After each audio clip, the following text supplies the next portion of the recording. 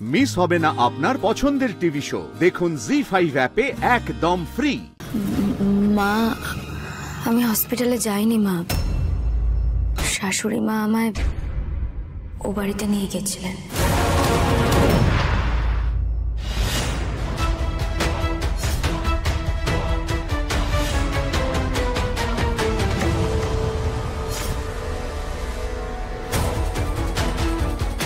আচ্ছা, হসপিটালে যাওয়ার নাম করে এখানে নাচ চলছে।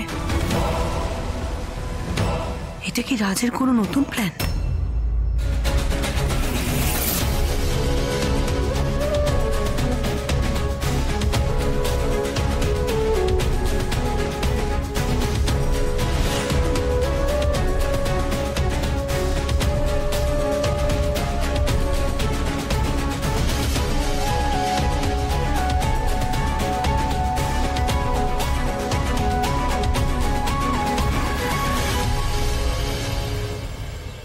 এবার তুমি আমার হাতে নাচবে শ্রী।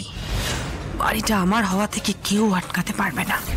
আর তারপর তোমাদের সব কটাকে আমার আঙুলের ডগায় আমি নাচাবো। এত ভালো যে প্র্যাকটিস হবে আমি ভাবতেই পারিনি। আচ্ছা বুঝলাম, তোমাকে একটু জল।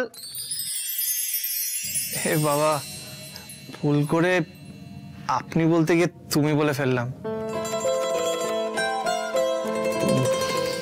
বলছিলাম, আমার তো মনে হয় অনেকদিন আগেই আপনি থেকে তুমি হয়ে যাওয়া উচিত ছিল। আপনি আগে এগুলো বড়ই শেখেলে, তাই না? আপনি প্লিজ জলটা নিয়ে আসবেন। না না না না, বলো তুমি জল নিয়ে এসো। প্লিজ জলটা নিয়ে আসুন। না না, বলো এসো। আসুন। এসো না, আসুনটাই শুনতে বেশি ভালো লাগে। আপনি লোকজন দূরের মানুষদের বলে, আমাকে এতটাই দূরের? আমাকে একবার তুমি বলে ডাকা যায় না?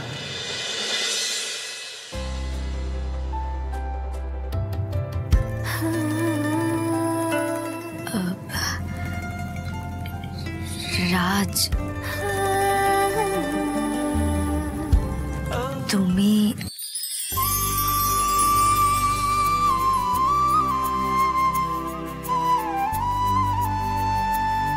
আমি তোমায় খুব ভালোবাসি শ্রী, আমি তোমায় খুব ভালোবাসি শ্রী, আমি তোমায় খুব ভালোবাসি শ্রী।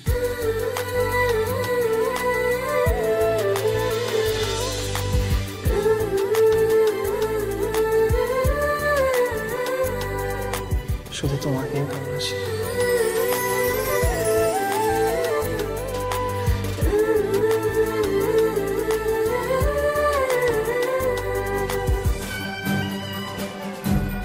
ছাড়ো, যেতে দাও। আগে আমার পাওনা দাও, তারপর যাও। যেদিন এই বাড়িতে পুরোপুরি ভাবে আসবো সেদিন ভেবে দেখবো। ও রাজ বাবা, শ্রীকে বাড়ি যেতে দে আবার। মা ডাকছে। জানো শ্রী, আমার না খুব খুব খারাপ লাগছে। আমার জন্য তোমার পুরো পরিবারকে এত বড় প্রবলেমে পড়তে হয়েছে। এখন আমার শুধু একটাই লক্ষ্য, যেভাবে হোক কম্পিটিশনটা জিতে তোমার বাড়ি বাঁচানো, ব্যাস। রাজ, আমার না খুব ভয় করছে। এত বড় বড় ডান্সারদের হারিয়ে জেতাটা তো সহজ নয়। যখন খুব ভয় করবে তখন তুমি একটাই কাজ করো, আমার দিকে তাকিয়ে থাকো। যখন অন্যরা নাচ করবে আমরা রোম্যান্স করব। আর ভালোবাসায় ডুবে থাকা দুটো মানুষকে কেউ হারাতে পারে না, বুঝলে?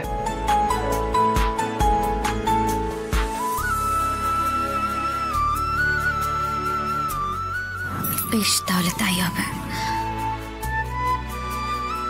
আমি আসি। হ্যাঁ,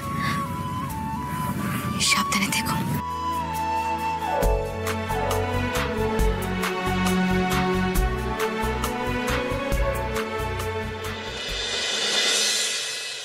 এসো এসো এসো, চলো মুখটা ধুয়ে নেবে। এই সোমা, সোমা, সোমা, সারা দিস না কেন বলতো? দাদা খেতে আয়। Good night.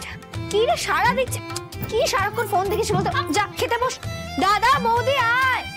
মা, মা, বাবা, চলো চলো চলো চলো খেতে বসবে এসো। বলছি যে আমি খাবো না, আমার খিদে নেই, তোরা খেয়ে নে। ঠিক আছে তাহলে আমিও খাবো না, আমারও খিদে নেই।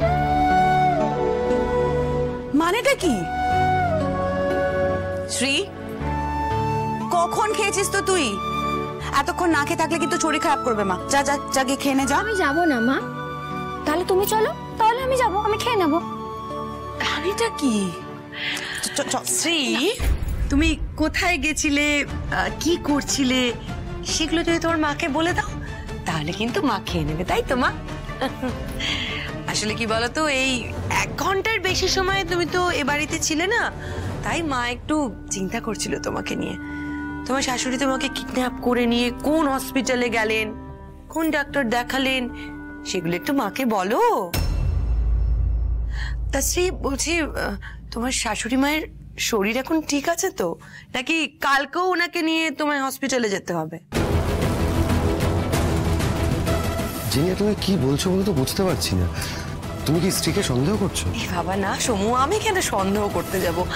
আমি তো শুধুমাত্র ওকে জিজ্ঞাসা করছি, উত্তর তো দেবে শ্রী।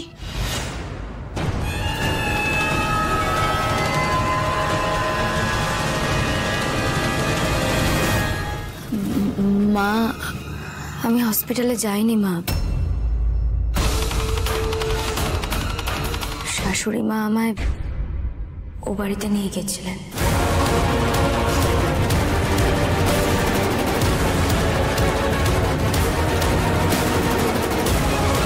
এদিকে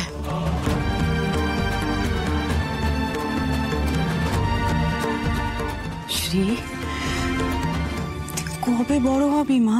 শ্রীতির প্রথমে পড়াশোনা ছেড়ে দিয়ে চাকরি করতে শুরু করে দিলি, তারপর এরকম একটা ছেলেকে ভালোবেসে বিয়ে করে ফেললি।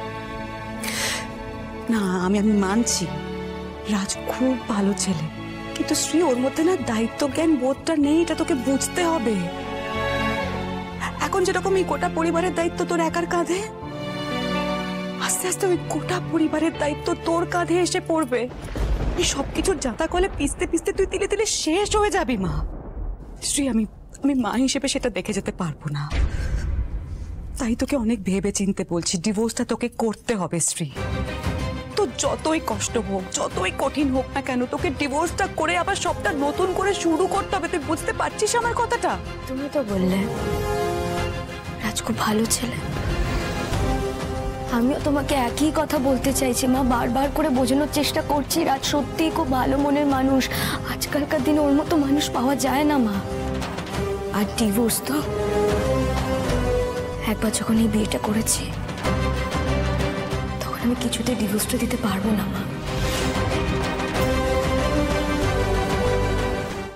জি5 ডাউনলোড করুন আর সব এপিসোড দেখুন একদম ফ্রি।